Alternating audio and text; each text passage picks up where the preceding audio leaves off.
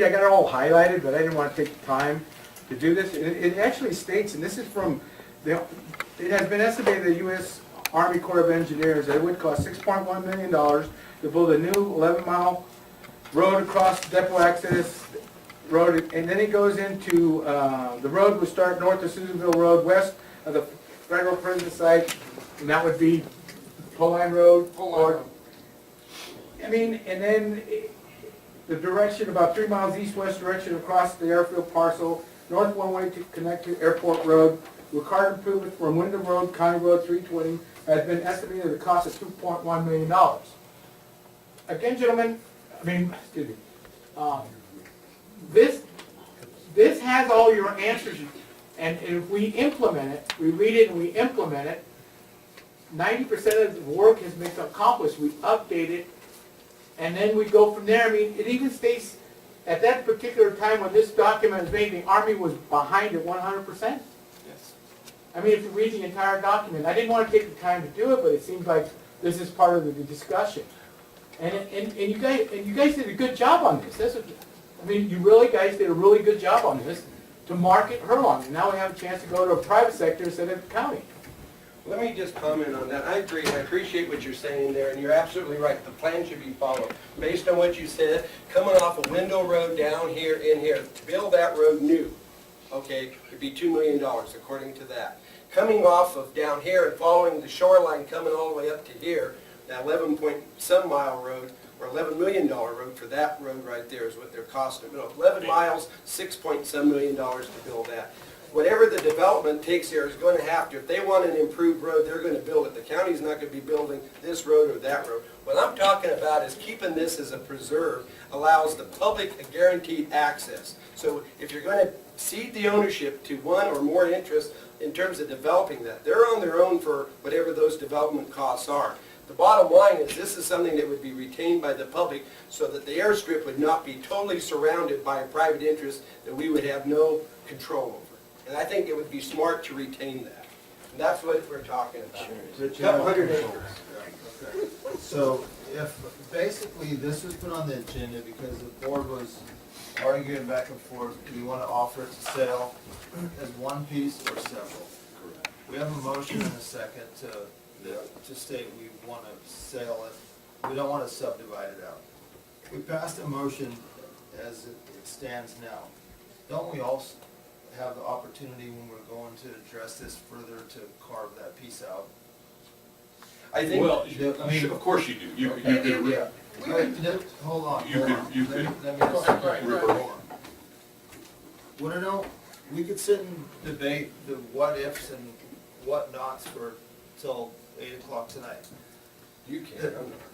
We have a motion and a second, basically, that states the direction of the board wants to go. I'd like to get through with that and come back to this another time. Well, and do that. So, yeah.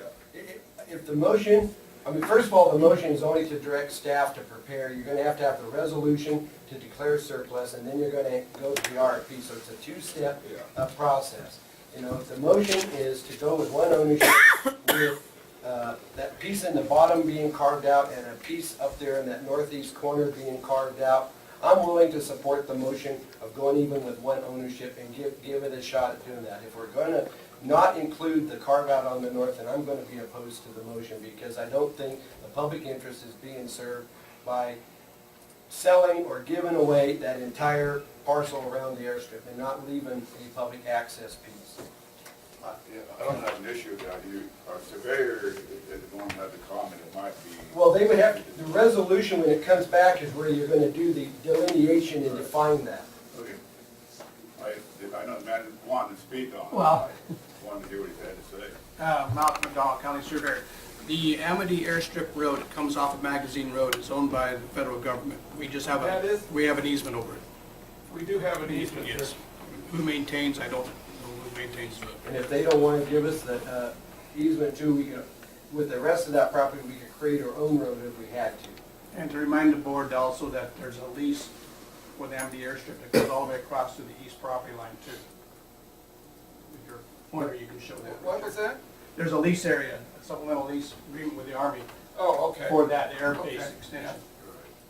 I guess my point is this, rather than Fight trying over to, this little- to make it, implement a thing with an orange marker pen, we know we're gonna, we don't wanna subdivide it and try to sell it to 15 different investors or speculators. Well, we don't know, that's what the vote's gonna say. But included in that could be, simply be, we're gonna look at carving out a piece of the, That's not done by this vote, Whatever. that's done by the vote. You take on the resolution to Right. declare surplus. I'm just saying, I think we're getting Over our heads. off track and all this. We need to focus on Well- what the discussion is. But the discussion has to, the fundamental discussion is now, if the board isn't interested in carving out that upper piece, just like they've carved out the bottom piece, I'm not interested in, and I'm gonna, that would affect how I vote on this motion. I'm willing to support the concept of going to a single,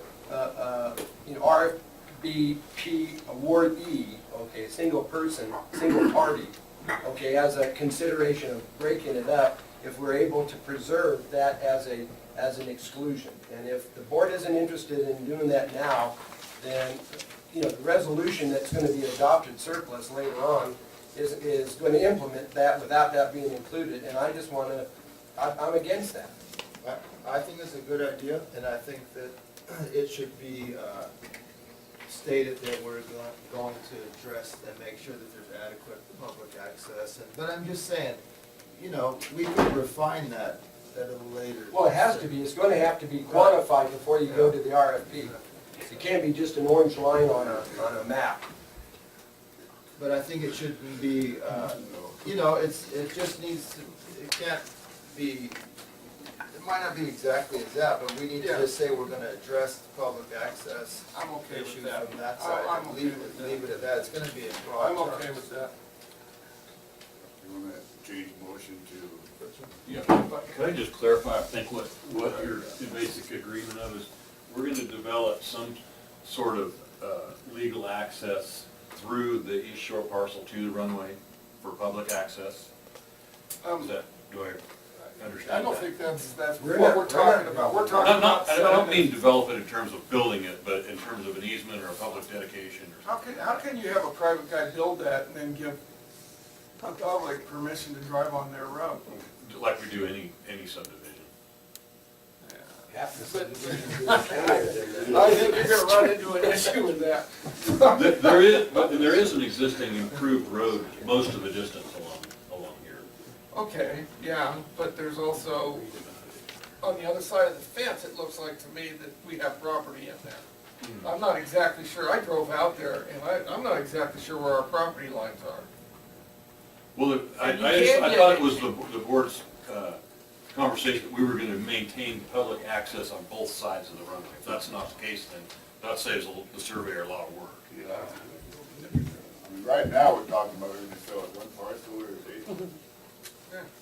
Okay. So we're just talking about access from the north end. And keeping that 35 acre piece for the, To me, it seems that access from the Hurlong area may be more important Well- than access from the Wendell area. Again, You know, we're it's getting like, off track. we're off track. I mean, Yeah.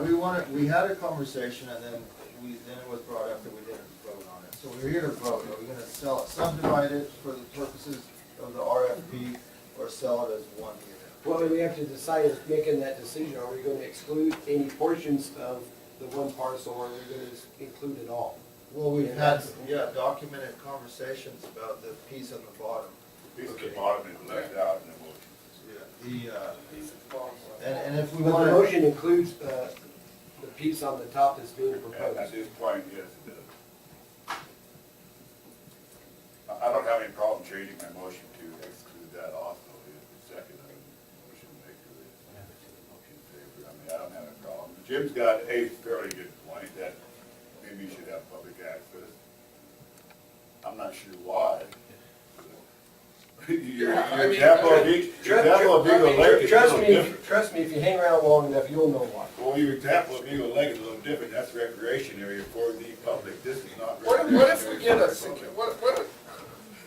go ahead, Felix. If I may, I got 2 minutes. I've worked 30 years for the Department of Defense, okay? They don't like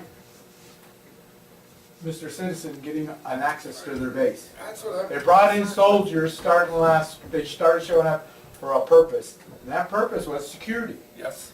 The people who are gonna deal with this excess property are people who are going to help with the mission and bring in better jobs. But I wanna go in and put my plane on that airfield, ain't gonna happen. There's no way. It's gonna be for the designated people who have the right they have permission in that airspace. Exactly. They're restricted airspace, my understanding, on that base. Recreation, you guys were talking about that. We have another airport. It's in the process this spring, my understanding is, to refurbish it. That's Erlong Airport. We get $10,000 a year. Okay, there's a trust that has over $400,000 in it. And that's for people with recreation that want to come in and fly in and do what they want to do. Okay? We got to remember it's a lease with the Army. It's the Army. We're there not only to make and market it, but we have to work with the United States Army, the Department of the Army. That's why you shouldn't be any access. Whoever buys it is gonna have to make certain restrictions with the Corps of Engineers, the Department of the Corps of Engineers, and the base. I mean, we're having this discussion, has anybody started discussing with the base what they want? Because we have to give what they want before we can even start marketing it. They're part of the equation, okay?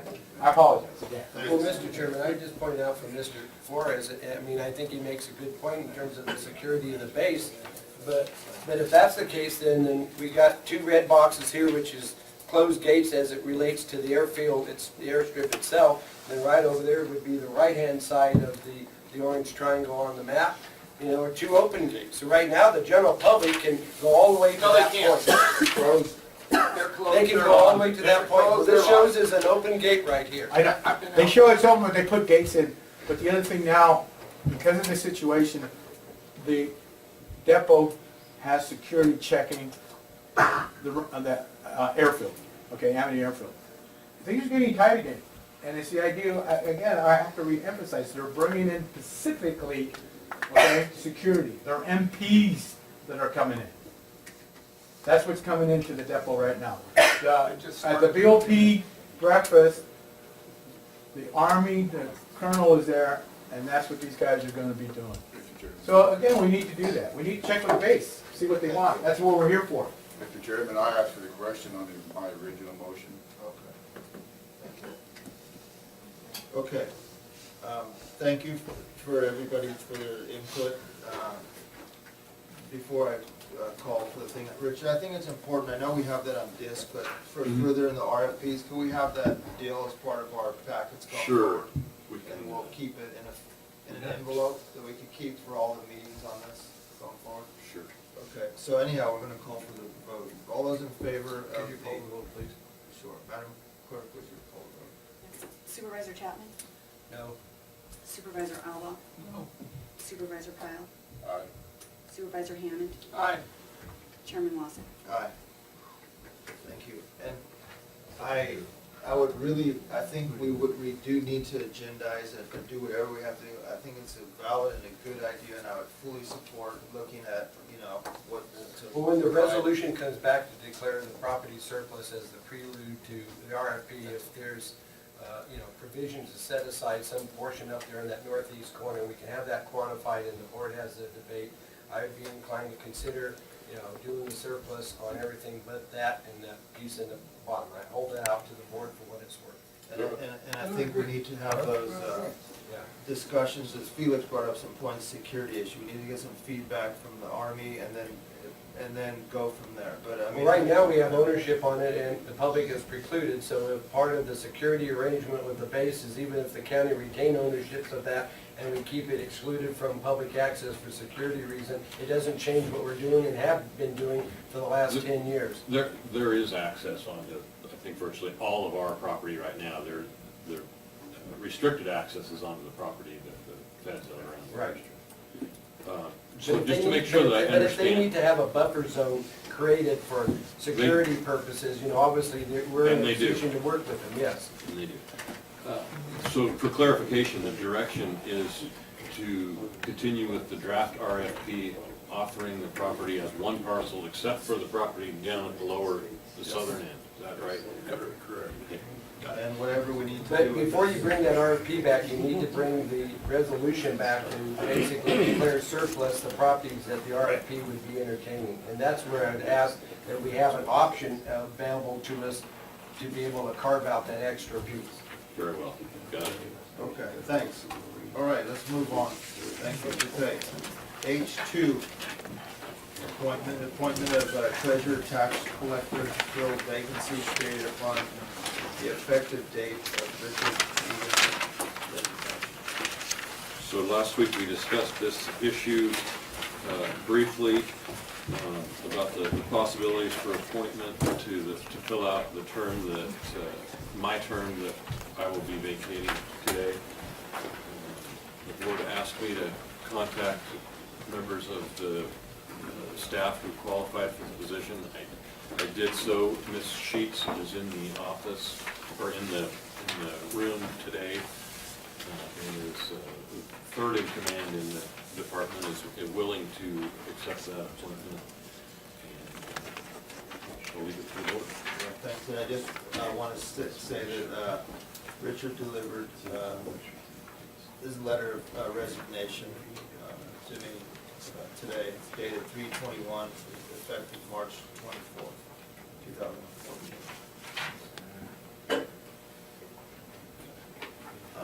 Okay, so, Now, if I could say, I think Mr. Egan has offered us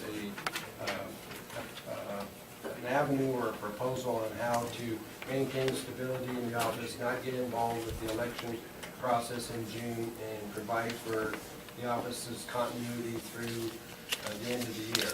And I'm more than willing to accept that. I think it's a good plan. But I think it's important that we also have in the record that, and this isn't the first time that we've encountered elected department heads vacating their seats for a variety of reasons. They move, they get tired and they just leave, they want to go coach sports in some other town, or, you know, or they get chosen to be a CEO, or whatever the case may be. And worst case scenario, of course, they die in office, and now you have a sudden vacancy that way. And that has occurred in years past as well. And usually in that particular case, the assistant in the office is the one that is basically tapped to fill the balance of the term. And in this particular case, the assistant is one of the candidates in the June election. So this is also designed to accommodate her and eliminating the fact that she could find herself out of a job at the end of the year. If she takes the appointment and she doesn't prevail in the election, you know, come January, she doesn't get to go back to her old position.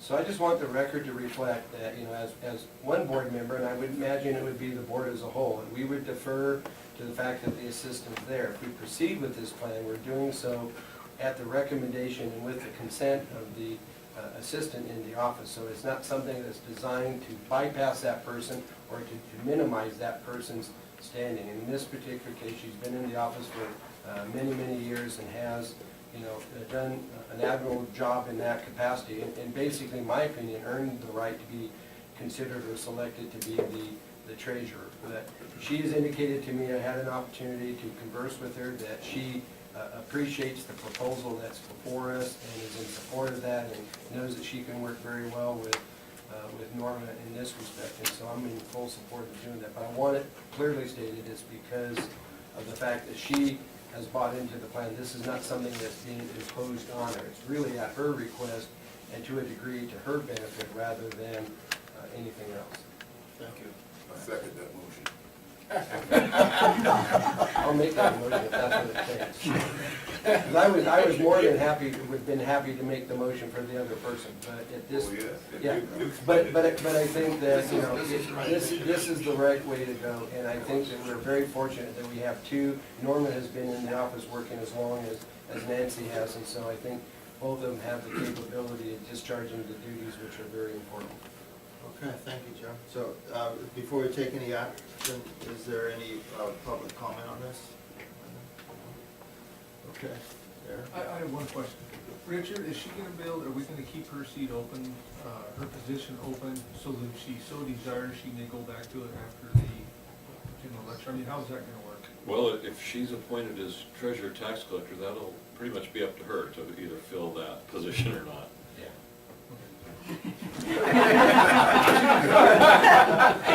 That's one of the caveats. Don't be shy. Well, she's gonna be a working department head, because I'm sure she's not gonna change a lot of what she's doing even now. Thank you for standing up. We certainly appreciate it. Okay, Thank you, and thank you, board. I do appreciate it. thank you. Okay, the action that we're about to vote on, just says appoint treasurer, tax collector, but should it include the actual, what the name and. It should, yes. Yeah, to appoint Norma Sheets to the balance of the term vacated by Mr. Egan in his letter of resignation effective tomorrow. Okay, it's been moved and seconded. All those in favor say aye. Aye. Chair votes aye. Okay, thank you. All right, let's move on to H3.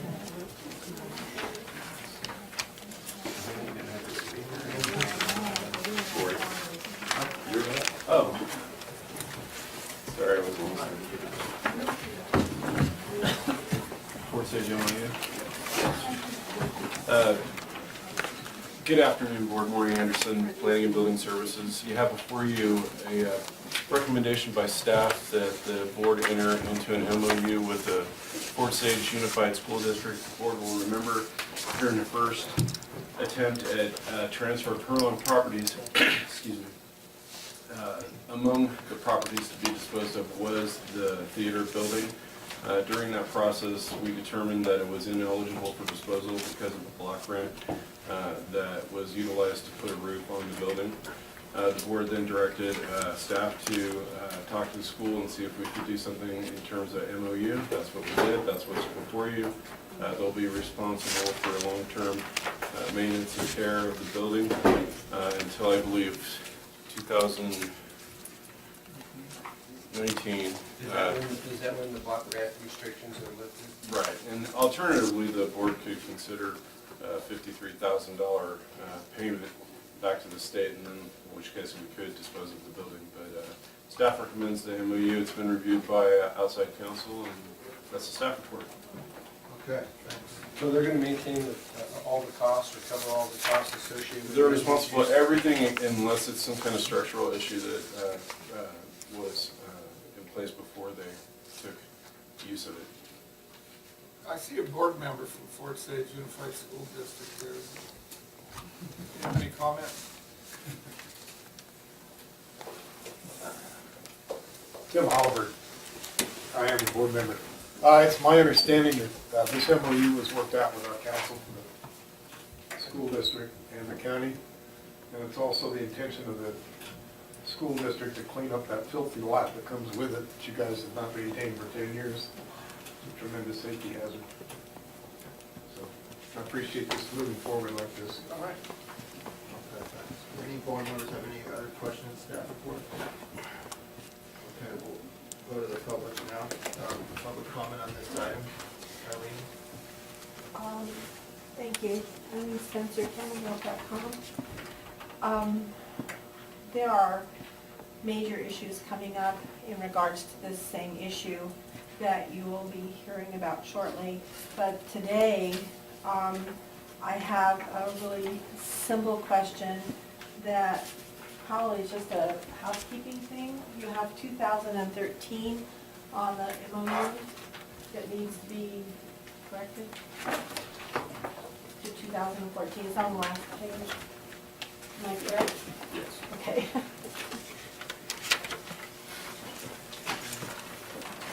Oops, sorry. It was drafted in 2013. Well, I noticed your name was on there, so it has been updated. Okay, thank you. Anyone else? Alrighty, okay, what's the pleasure of the board? The action request is to approve and authorize the CEO to execute. I'll make the motion. Okay. Moved and seconded, all those in favor say aye. Aye. Chair votes aye. Alright, let's move along to H4. Grants and loans, community development block grant, business assistance and micro enterprise. Good afternoon, Mr. Chairman, Board of Supervisors, Jen Aguilar, Lassen County Planning and Building Services Department. The item the department is bringing in front of you is in regards to the Business Assistance and Micro Enterprise Financial Assistance Program loan approvals. Today, we are requesting that the board approve the following loans to Richard and Charm Storm doing business as Roseberry House Bed and Breakfast and Medici Logging Incorporated. We're also requesting the board to authorize the CDBG funds to be dispersed to the loans and authorize the chairman to execute all of the loan documents. Both of the loans were approved by our local loan committee on February 26th of 2014. Basically the loans, the Medici Logging loan is coming out of the Business Assistance Program and to be paid out of grant number 12 CDBG 8396. It is a $350,000 loan to retain 37 employees, including the owners. The interest rate on that was 2.25% with 6-month skip payments. And then Roseberry House was for a $25,000 rehabilitation loan. They're going to be putting in windows and doors. And their interest rate was 2%, and that is a normal, fully amortized over 10 years loan. Are there any questions? Oh, and the Roseberry House will be paid from 10 EF 7266, and that's our business lending programs. I had a couple of questions, Janet, regarding the, Medicine.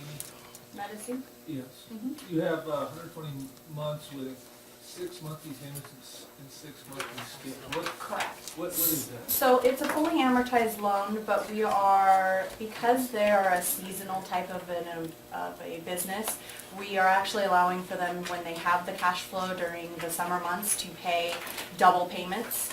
And so even, it'll be amortized for the full 120 months, but they're going to be paying double 6-month payments. And it basically allows them, when they're not working and they don't have cash flow coming in, to not be paying us. How much And are so- those payments, Jen? They're about $6,300. When they double? Mhm. Oh, And that was their request, right? Yes, that was at their request. And it's been approved by the state. well, And it- that makes sense to me for them. Yes. And it essentially helps them pay the loan and not have, Instead of paying 3150. 3150, 12 times a year, they're gonna pay $6,300 6 times a year. 6 times a year. They're harvesting their timber. Yeah. Correct. And the state of California also approved that alternate pay schedule, and so did the loan committee. That's a little unusual though, isn't it, to do that amortization like that? Most of the logging, with, I'm not saying it's a bad thing. Monthly payments is probably more unusual rather than annual payments for.